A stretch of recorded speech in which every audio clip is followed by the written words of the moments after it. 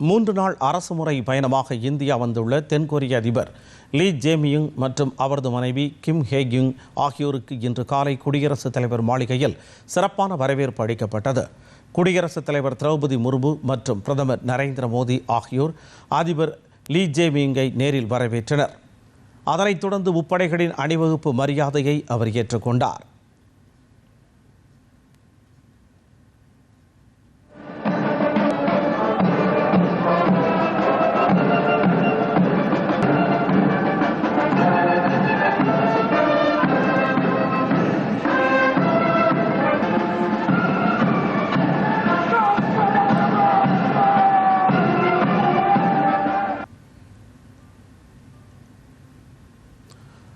அதைத் தொடர்ந்து அவர்கள் தில்லி ராஜ்காட்டில் உள்ள அண்ணல் காந்தியடிகளின் நினைவிடத்தில் மலர் தூவி மரியாதை செலுத்தினர்.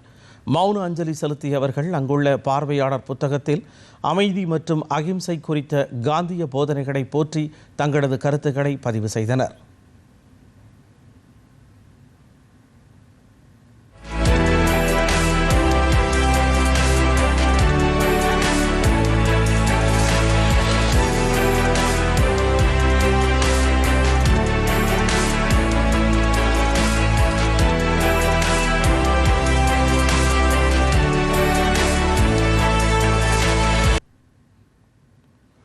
பிரதமர் நரேந்திர மோடி இன்று புதுதில்லியில் தென்கொரிய அதிபர் லீ ஜே-மியுங்குடன் பேச்சுவார்த்தை நடத்துகிறார்.